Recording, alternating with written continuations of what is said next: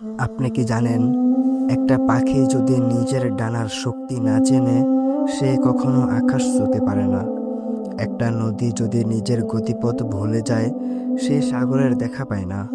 আর একজন নারী যদি নিজের মূল্য বুঝতে না পারে তাহলে তার আশেপাশের দুনিয়াও তাকে সঠিক মূল্য দেয় না। আজ আমরা কথা বলবো এই অস্থির সময়ে কিভাবে নিজের একটা শান্তির সীমানা তৈরি করবেন, কিভাবে নিজের আত্মসম্মানটা ফিরিয়ে আনবেন। প্রিয় বোন, আসসালামু আলাইকুম রহমতুল্লাহি ওবরাকাত। লাভ ফর ওয়াইফ অফিসিয়াল চ্যানেলে আপনাদের আন্তরিক স্বাগতম। প্রিয় বোন, একটা কথা জিজ্ঞেস করি, কবে নিজেকে সময় দিয়েছেন? বলেছেন না যে আজ আমি দারুণ একটা শাড়ি পরেছি বা বাহারি রান্না করেছি, সেটা নিজের জন্য করা, কিন্তু সেটাও অনেক সময় অন্যের চোখের তৃপ্তির জন্য। আমি বলেছি, কবে নিজের মনের খিদেটাকে প্রশ্রয় দিয়েছেন? কবে ভেবেছেন আমার ক্লান্তিটাও সত্যি, আমার ইচ্ছাটাও গুরুত্বপূর্ণ? আমাদের শেখানো হয় ভালো বউ হতে গেলে শেষ পাতে খেতে হয়, ভালো মা হতে গেলে নিজের ঘুম ভাঙতে হয়, ভালো মেয়ে হতে গেলে চুপ করে শুনতে হয়। কিন্তু প্রিয় বোন, এই যে ক্রমাগত নিজেকে শেষ করে দেওয়ার নাম কি ভালোবাসা? এটা তো আত্মবিসর্জন। আর যে জিনিস আপনি নিজেই মূল্য দেন না সেটা দুনিয়া কখনোই মূল্য দেবে না। নিজের মূল্য বোঝাটা স্বার্থপরতা নয়, এটাই বেঁচে থাকার ভিত্তি। ধরুন ধরুন আপনি একটা প্রদীপ। প্রদীপ যদি নিজের তেলটুকু আগলে না রাখে সে কি অন্যকে আলো দিতে পারবে? না, সে নিভে যাবে। ঠিক তেমনি আপনি যদি নিজেকে ভালো না বাসেন, নিজের মনের খবর না রাখেন, তাহলে দিন শেষে আপনি শুধু জ্বালা আর ক্লান্তির স্তূপ হয়ে যাবেন, যেখানে কোনো আলো থাকবে না। তাহলে নিজেকে ফিরে পেতে প্রথম কাজ কি? নিজের অনুভূতিগুলোকে অপরাধী মনে না করা। আপনি রাগ করতেই পারেন, কষ্ট পেতেই পারেন, ক্লান্ত হতেই পারেন, এগুলো আপনার অধিকার। আপনি কোনো মেশিন নন, আপনি একটা অমূল্য হৃদয় নিয়ে বেঁচে আছেন। এই যে ছোট্ট ভালো লাগা, ছোট্ট ইচ্ছাগুলো, এগুলোই তো আপনাকে অন্যদের থেকে আলাদা করে। এই সপ্তাহে একটা কাজ করবেন। সকালে আয়নার সামনে দাঁড়িয়ে নিজের চোখের দিকে তাকিয়ে বলুন, আজ আমি আছি আর আমি থাকাটাই যথেষ্ট। আমার অস্তিত্বই অনেক বড় পাওয়া। নিজের সঙ্গে কি এই প্রতিশ্রুতিটুকু করবেন? আপনি পারবেন তো প্রিয় বোন? কমেন্ট করে জানান। আমি দেখতে চাই কে কে নিজেকে এই প্রতিশ্রুতিটুকু দিতে চায়। আমাদের মা খালারা আমাদের ছোটবেলা থেকে শেখান মেয়েদের মুখে না শব্দ বলাটা শোভা পায়। আমরা শিখেছি হ্যাঁ বলাই বুঝি আমাদের ধর্ম। স্বামী কিছু বললে হ্যাঁ, শাশুড়ির লোক কিছু বললে হ্যাঁ, আত্মীয় স্বজন কিছু বললেও হ্যাঁ। এমনকি এমনকি নিজের কষ্টের বোঝাটা যখন আর বইতে পারি না তখনও মুখ টিপে বলি, হ্যাঁ আমি পেরেছি। প্রিয় বোনেরা, এই অন্ধকারে আর থেকো না। না শব্দটা কোনো অপরাধ না, এটা একটা সীমানা। এটা আপনার মনের বাগানের চারপাশের সেই ছোট্ট বেড়াটা, যে বেড়াটা অন্যায় আর অবহেলাকে আটকায়। আপনার মুরব্বীরা যদি আপনাকে আজীবন হ্যাঁ বলতে শেখান, তাহলে আজকের দিনে দাঁড়িয়ে নিজেকে বলুন, আমি এখন প্রাপ্তবয়স্ক নারী। আমি জানি কখন হ্যাঁ বলতে হয় আর কখন না বলতে হয়। এই সীমানা টানবেন কিভাবে? প্রথমত, ভাষা পাল্টান। আমার খুব ইচ্ছা ছিল কিন্তু আমার পক্ষে সম্ভব হচ্ছে না, এই বাক্যটা শিখে নিন। দ্বিতীয়ত, অপরাধ বোধ ঝেড়ে ফেলুন।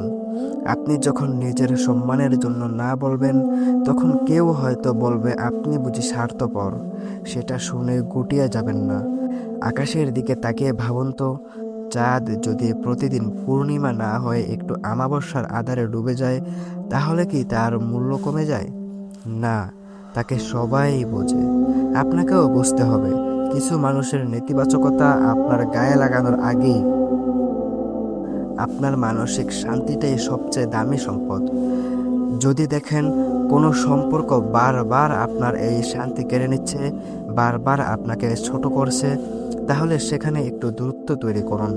দূরত্ব মানে সম্পর্কের মৃত্যু নয়, দূরত্ব মানে নিজেকে বাঁচানোর তাগিদ।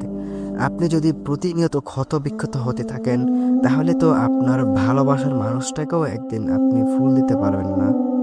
কারণ কারণ আপনার হাত দুটো তো তখন কাটাই কেটে যাবে।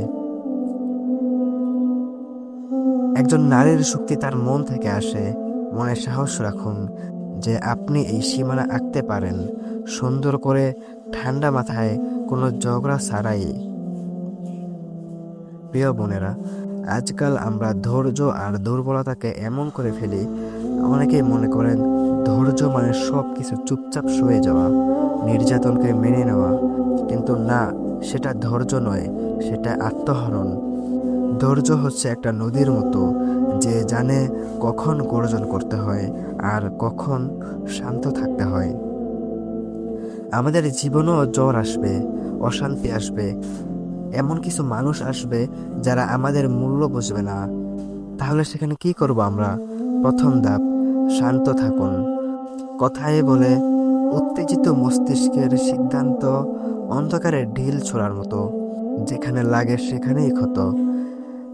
যখন আপনি ধৈর্য ধরবেন, আপনি আসলে সময় কিনছেন, নিজেকে বোঝার সময় দিচ্ছেন, পরিস্থিতি বোঝার সুযোগ দিচ্ছেন। এবার আসি ক্ষমার কথায়। ক্ষমা একটি সুন্দর গুণ, কিন্তু এটাও মনে রাখবেন প্রিয় বোন, ক্ষমা মানে ভুলে যাওয়া নয়। আপনি কাউকে ক্ষমা করতে পারেন মন থেকে, তার জন্য দোয়াও করতে পারেন, কিন্তু যদি সেই মানুষটি বারবার আপনার আস্থা ভাঙে, তাহলে সেই সম্পর্ককে বদলাতে হবে। কাউকে বারবার সুযোগ দেওয়া মানে নিজেকে অপদার্থ ভাবা নয়, বরং বরং সেটা বোঝায় যে আপনি সম্পর্কটাকে মূল্য দিচ্ছেন। কিন্তু যখন দেখবেন আপনার ক্ষমাটা পাথরের উপর জলের মতো কোনো চিহ্ন রাখছে না, তখন চুপচাপ সেখান থেকে দূরে সরে আসুন। এটাই আত্মমূল্যের বড় পরিচয়। নিজের রাগগুলোকে পেটে বয়ে বেড়ালে তা পাথর হয়, আর পাথর বয়ে বেড়ানো মানুষের পক্ষে সাঁতার কাটা সম্ভব নয়। তাই তাই ক্ষমা করে হালকা হন, কিন্তু শিক্ষাটা ধরে রাখুন। কেউ যদি আপনার শান্তির নদীতে বারবার বিষ ঢালে, তাহলে সেই নদীরও অধিকার আছে গতিপথ বদলানোর। ক্ষমা নিজেকে পোড়ানো বন্ধ করার নাম, ক্ষমা নিজেকে মুক্ত করার নাম। আজ রাতে ঘুমানোর আগে 3টা মানুষকে মন থেকে ক্ষমা করে দিন, যাদের কথা ভাবলেই আপনার মনে কষ্ট জাগে। তাদেরকে ক্ষমা করবেন, তাদের জন্য একটু দোয়া করবেন, তারপর বলবেন, আমি এখান থেকে শিক্ষা নিয়েছি, আর এই বৃত্তে ফিরবো না ইনশাআল্লাহ। জানেন, এই যে মোবাইলে আমরা সবার সুখে সুখ দেখি, এই দেখানোর সুখগুলো আমাদের ভেতরে একটা অদ্ভুত হাহাকার তৈরি করে। আমরা ভাবি আমার জীবন বোধহয় এমন রঙিন নয়। প্রিয় বোন, থামুন একটু। জীবন রঙিন হয় অনুভবে, ফিল্টারে নয়। আমরা ছুটছি নিরন্তর, কি পেলাম না, কি করতে পারলাম না, আরো কত কি চাই। অথচ অথচ আপনি যখন সকালে চোখ খুলছেন, এই চোখ পাওয়াটাই কত বড় নেয়ামত। ভেবে দেখেছেন? আপনি এখন এই ভিডিও দেখছেন, শুনছেন, এটা তো বড় পাওয়া। কৃতজ্ঞতা এমন এক জাদু, যা আপনার চোখের সামনে থেকে অন্ধকার সরিয়ে আলো ফোটায়। নিজের যত্ন নেওয়া মানে শুধু দামি ক্রিম মাখা বা পার্লারে যাওয়া নয়। নিজের যত্ন নেওয়া মানে নিজের ছোট ছোট অর্জনগুলোর জন্য কৃতজ্ঞ হওয়া। আজকে আপনি সন্তানের টিফিনটা সুন্দর করে গুছিয়েছেন, এই ছোট্ট কাজটার জন্য নিজেকে ধন্যবাদ দিন। আজকে আপনি ক্লান্ত শরীরে রান্না করছেন, নিজের পিঠে নিজে হাত রাখুন, বলুন, তুই সত্যিই অসাধারণ। এই অস্থির সময়ে আমরা বড় বড় জিনিসের পেছনে ছুটতে গিয়ে ছোট ছোট সুখগুলো মিস করি। স্বামী অফিস থেকে ফেরার পথে আপনার পছন্দের ফলটা কিনে আনলেন। কথাটা হয়তো তার কাছে খুবই সাধারণ, কিন্তু এই সাধারণ ভালোবাসাটুকু অনুভব করতে জানতে হয়। বোন, আপনার স্বামী হয়তো বিশাল রোমান্টিক নন, কিন্তু উনি যে পরিশ্রম করছেন, নিজের অজান্তে আপনার মুখের হাসির জন্য কষ্ট করছেন, এই ত্যাগটুকু বোঝার ক্ষমতা রাখতে হবে। একটা কৌশল বলি, রোজ রাতে একটা ছোট ডায়েরি রাখুন। 3টা ইতিবাচক ঘটনা লিখুন, যেগুলো সারাদিন ঘটেছে। মনে করেন, আজ বৃষ্টি ভেজা বাতাসটা খুব ভালো লেগেছে, আজ সন্তানের মুখে এক চিলতে হাসি দেখেছি, আর আজ আমার মনের ভেতরটা একটু হালকা লেগেছে। এই লেখালেখি আপনার মনকে পাথর থেকে তুলোর মতো নরম করবে ইনশাল্লাহ। যে নারী কৃতজ্ঞতা জানে, সে কোনো দিন ভাঙে না, সে জানে সুখ মানে আকাশের দূরবর্তী তারা নয়, সুখ মানে হাতের মুঠোয় জল জ্বলে জোনাকি। আজ আমরা অনেক পথ হাঁটলাম প্রিয় বোন, নিজেকে চিনলাম, নিজের সীমানা আঁকলাম, ক্ষমার হাওয়ায় উড়ে গিয়ে কৃতজ্ঞতার ডানায় ভর দিলাম।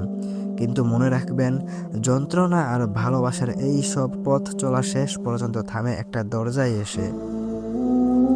আমরা যতই পরিকল্পনা করি, যতই নিজেকে গোছানোর চেষ্টা করি, প্রকৃত শান্তি আর সুখের মালিক কিন্তু একমাত্র আল্লাহ তাআলা।